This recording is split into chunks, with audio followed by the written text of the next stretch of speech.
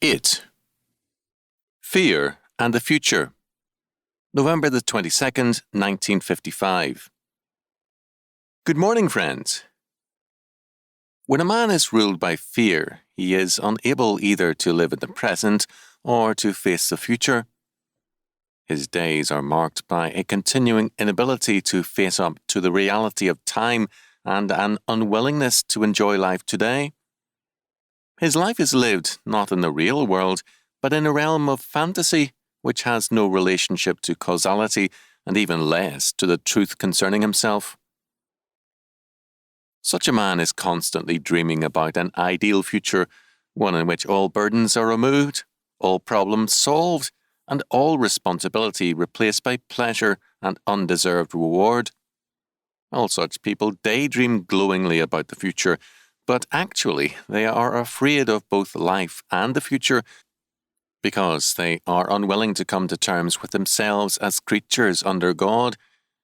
Fantasies about the future often assume a tremendous political importance, of which Marxist communism is an especially obvious contemporary example.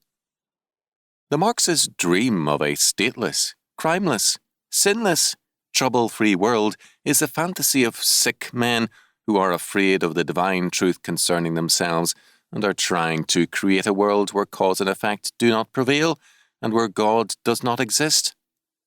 And their fantastic creeds appeals only to men who, like themselves, are trying to evade judgment by outlawing it and trying to escape the truth concerning their wretched sinfulness by calling themselves righteous and their works the deeds of supermen.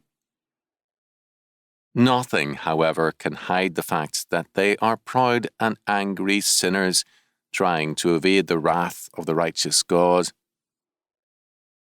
Because such men cannot face the truth concerning themselves, that they are sinners before God, they cannot face anything in honesty or in truth.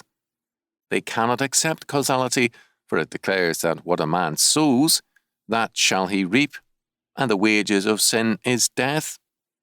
They cannot face the present or the future, because both confront them with consequence, and for man the sinner, all consequence is death and judgment. Thus, they find refuge in fantasy, in a dream world where the sinner takes paradise and the righteous are given over to damnation.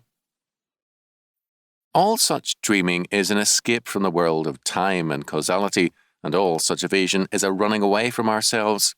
And all such attempts to escape facing up to ourselves are born of sin and involve an attempt to evade the fact of man's sin against God.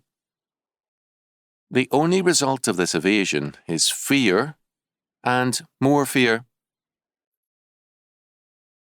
Only the man who sees himself as a sinner in the sight of God and lives by the grace of God and in the salvation of Jesus Christ can face himself honestly and without flight.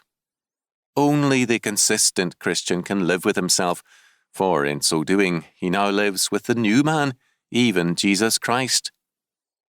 Only the consistent Christian can live readily and victoriously in the real world in terms of causality, in terms of time, past, present, and future, because he alone has escaped judgment in Jesus Christ and has victory even in death. He alone finds the real world more wonderful than the dream world, because he knows that God rules and prevails in the real world, but that in the dream world it is his sin-sick nature which is at work and in power. And it is better to live in troubles with the triune God than to live in the diseased luxury of dreams begotten of original sin. The consistent Christian alone can face any and every day, no matter what it may bring, and say, "This is the day which the Lord hath made. We will rejoice and be glad in it." Psalm 118:24.